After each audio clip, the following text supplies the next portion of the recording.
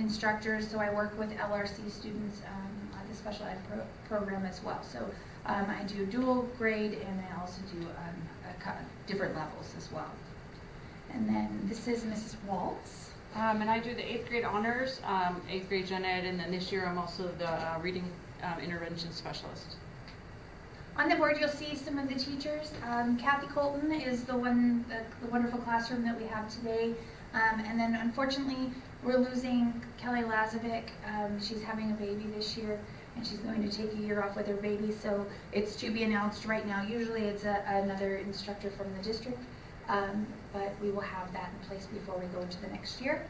7th grade is Ann Capps. She does honors in general ed, and then myself. 8th grade is Ann Welch. She does honors in general ed. Myself and Barbara Spiller. She is one of the gen ed teachers. And then we have 2 gifted instructors, Rick Sharp and Mary McBride. So if your child is gifted, they would go with them for ELA and social studies. Some of the ELA key concepts and skills that you will see happen once they enter Mohave is they will learn how to annotate novels and annotate different types of text. How to pull out different concepts from the novels and from the text. They will do a lot of creative projects. They do essay writing. They cite textual evidence. That's a huge one, especially with Arizona Merit.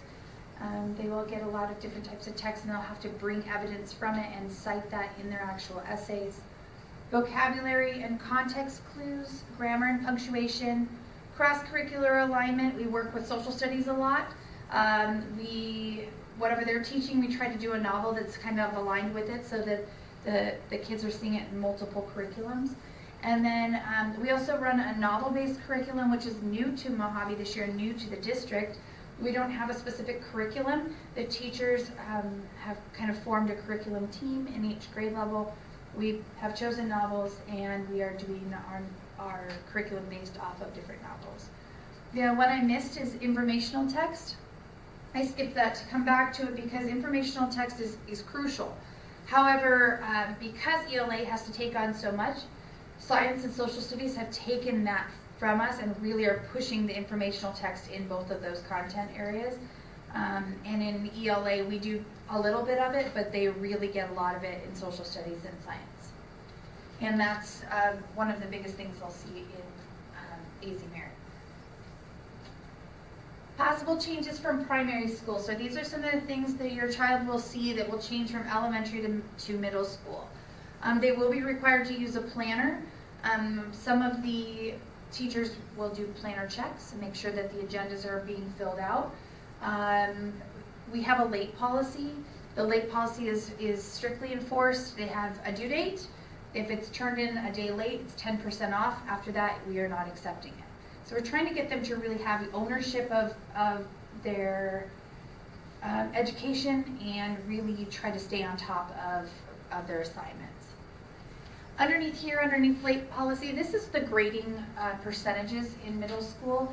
For 6th grade, 70% are assessment and 30% is homework and classwork. So that's how their grade is formed. In 7th grade, it jumps to 75-25. And in 8th grade, it'll go 80-20, which is what they use at the high school most of the time. So they really get a taste of how things are going to be graded when they get up to that level. We really promote self-advocacy. We love talking with parents, but in the middle school, we're trying to get them to advocate for themselves. So they will come and write an email to their instructor, or they'll set up a time to meet with the instructor and really try to find out, what am I missing? What do I need to do to get my grade up? How can you help me with this? We're trying to get the students to really advocate for themselves and get that ownership again over their education. We use Synergy for our grades. Yes? But we can still send you an example, an email, Oh, absolutely. Or something like that, right? Yes, we encourage it. We love that. Same that way. Yes, no, we love that. Yes. Heard from me. Yes, please do. We love when we hear from parents. We just are, and in tune, right. Some of them, you know, like a good example would be, I'm going on a family trip and I'm missing 3 days of school. Can you please put together my work for me? You know, just trying to do those types of things. But we absolutely love emails from family members as well. Thank you. Synergy is what we use for grading, so we really encourage the kids to go onto Synergy regularly to check their grades, see what's coming up. And you will also have a sign-in ability for that when you start here. They will give you a sign-in to be able to go onto Synergy and check your child's grades regularly. One of the greatest things I like is there's an app for it, so you can actually set it up on your phone and you can get into your child's grade anytime. And so it's kind of nice to be able to keep up on them that way. We have summer assignments, which we'll go over in a little bit. And there'll be summer assignments that your child will do this summer going into 6th grade. So we'll touch on that in a little bit. And the other unique thing that Mohave has is we have a reading class that is 20 minutes after lunch every day, and it's just silent reading. So the kids come in from lunch and they have silent reading for 20 minutes. This is great because 1, it kind of gets them refocused after lunch, and 2, it gives them an opportunity to be reading the novels that we are doing in class and give them some extra time that's uninterrupted that they can really work on their reading skills. So when we talk about the curriculum, as Mr. Schwartz said, we are using a novel-based curriculum now. So with the books, we align the different kind of essays we do, talking about the annotation, the vocab within the book, and all that. It says here about buying your own copy, especially now with Amazon, a lot of times you can get these books for, 99 cents, $1, something like that. So, a lot of kids want their own book, and it's, absolutely that way. They can write in their own book, have their own copy as we go, because we'll annotate with sticky notes with the class book.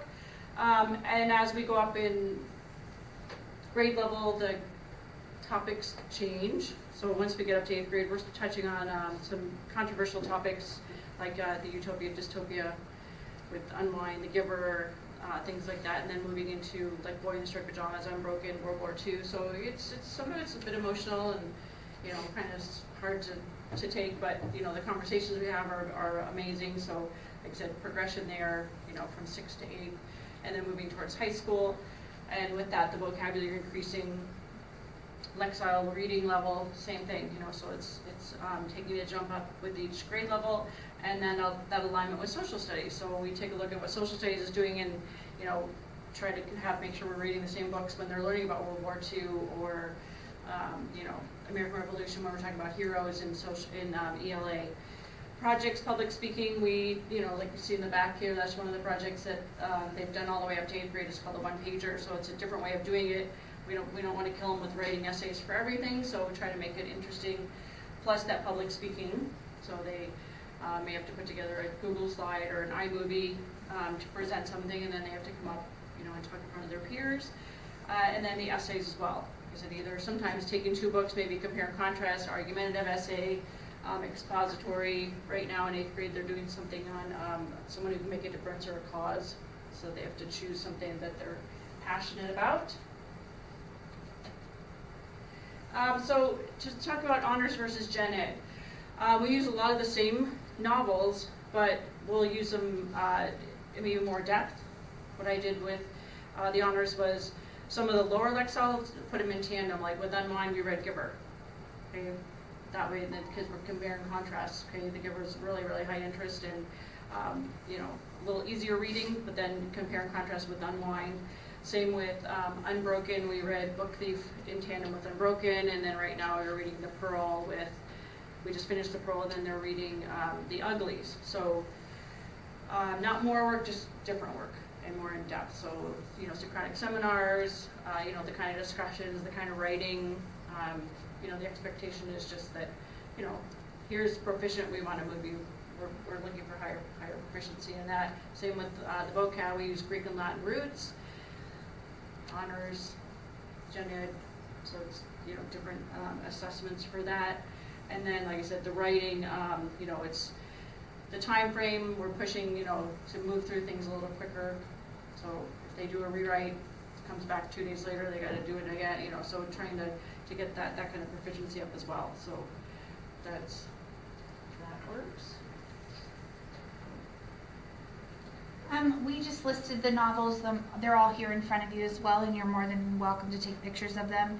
But this is what it would kind of look like. The one thing I will say that's a change is that we've kind of talked as a staff that there are some books that we had put in gen ed that honors teachers wanted to use as well, and there were some in honors that we wanted to use in gen ed. So there might be a little bit of a shift between some of them, and there might be, like Ann had said before, where an honors class is reading the same book as a gen ed class, but they're doing completely different projects, or they're having different discussions, and the honors group is getting way more in depth. And instead of the gen ed maybe a little bit more about the surface topics of different things. So you'll see a little bit of a shift through them. This is the 7th grade, which you can see in front of you as well, and then this is 8th. Summer reading. Yeah, so that summer reading, we'll show you, the next slide shows you there's a backpack where you can go to find these lists that we're talking about. So, you know, your student can pick a book, and they have options for projects to do that's due when they come back to school 2 weeks after school starts. That way, if there's kids that come in new, they can get that done too. And then we are offering a 3-week summer school here at Mohave, which is awesome. And part of what the kids will do is they'll read one of the books and finish their project. So if they chose to come, they would have that done. So like we say, they come in already having an A. Other things, we have math and things like that going on too during summer school, but for the ELA part. Can anybody get into the reading program? So yeah, they, for the summer? Yes, and so we encourage it if you're here to get into that program, and they'll start sending home the information about that summer school program probably by the end of this quarter. Is that something you could miss the weekend there and still participate in the class? I'm not sure how that works. You know, that would be a question for Mr. A or Rachel. I don't know. So that would be something to check with him about that. I'm not sure how they do the attendance for it. When you go to the SUSD website, there's if you scroll down, there's a bunch of icons, and there's one that says Information Backpack. If you click on that one, it'll say elementary, middle school, and high school. So you click on middle school, and it'll send you to something that says the Summer Reading Initiative. That is your summer work. When you go to that, this is the screen that will pop up. So this is 6th, but it got cut off, but it's up here. And what you would do is, if your child's in general ed, you would click on the reading list, and it comes up with covers of all of the novels and a synopsis of the novel. And what we did this last year, they had to choose a book of their choice from the list. They would read it, and then they would do a project that would go with it, and then the rubrics and the projects are listed underneath. I will say they could get started on that now. The list of books that are there will be the same list of books for this summer. We might add a few books, but we won't take any away. So if they wanted to get a jump start, they could do that. The one thing that might change would be the project. So if the project does change, I imagine that they would have it up and ready to go before the end of the school year. But if you have a child that wants to get a head start on some of those books, or is looking for a book that is something that they could read, you could start looking at those lists, and they're already up on the website.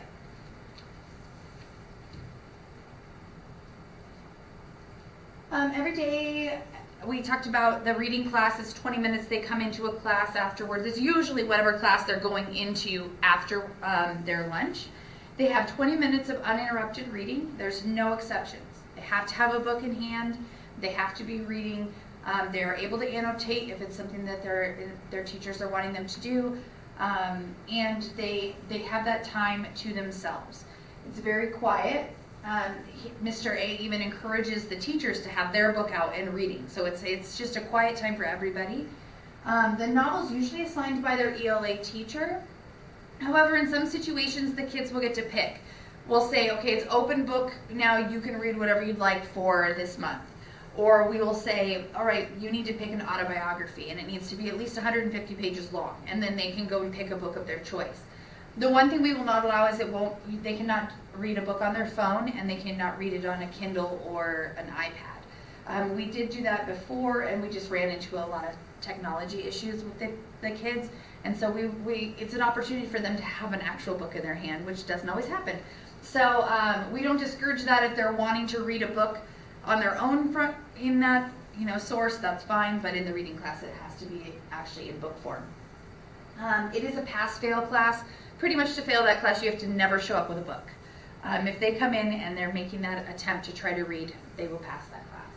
And it is project-based and tied back to their ELA class. So for instance, some of our students were reading a book and then they would have to create a one-pager about their book, and it would be graded and put into their ELA class. So that reading class does tie directly back to ELA. It's just kind of an extension of our class and giving them some extra reading time that we don't necessarily have in the ELA class.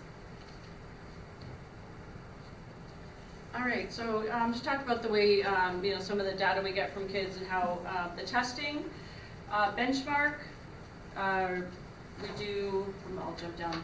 There's 3 reading benchmarks and 2 writing. So we just finished the second writing. I don't teach 6th grade, so I can't remember what 6th grade did, but mostly we base it on what AZ Merit looks like. So they'll have some articles to read. About uniforms. Oh, right. They had to write a persuasive essay about school uniforms. So they have some articles to read, then they have to use that.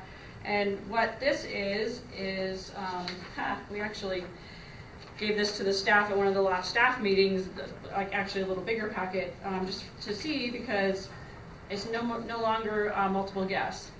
It's even if they did have a vocabulary word where you might be able to guess the meaning, the next question says, find the 2 spots in the text that told you what that word means, and that's worth double points. So you could get it right by guessing and then get 2 points off on the next section. So much more inquiry based, knowing context clues. This question 3 here, if you can look at it when you have a minute, is of the whole school, including honors, 92% of the kids got this one wrong. Because what it's asking is they have to pick 3 of 6, the best 3 of 6. So a lot of the questions are like that, or it'll say 5 out of 8. So the thing with ELA that I like to tell kids is the answer's there. It's just a matter of having the grit or the stick-to-itiveness to find it. Okay, math maybe not so much, but ELA for sure. That they can go find these answers. It's just a matter of that's not easy. So kids will skip it, or that's why we're getting, or take a cursory pass, but I got to pick 3. I'm done. So the reading, the things at home, and all that. Just help our kids, get that, what do they call it, the tenacity, to stay through these kind of tests and things like that. Essays, literary analysis, like we were talking about, the compare and contrast, argumentative, that was the 8th grade writing. They had to argue whether or not social media is good for society or not. And then they had articles they had to use. So like the same thing with AZ Merit, they're doing that same thing. So being able to take that information and put it into an essay. It didn't ask them what their opinion was about social media, what your favorite app is. So helping kids understand about reading that prompt, looking towards high school, even going into high school. If they want to be on Stugo, they have to write an essay to be on Stugo. So it's just it's a practice that's going to be with them, not even, we talk about college and they think that's like 1,000 years from now, but we're talking even, it's like, no, we're talking about even now, those things are relevant and things that they need. I think one of the big things that I know Mr. A pushes and we Ann talked about is that grit, that tenacity to stick to it and not give up.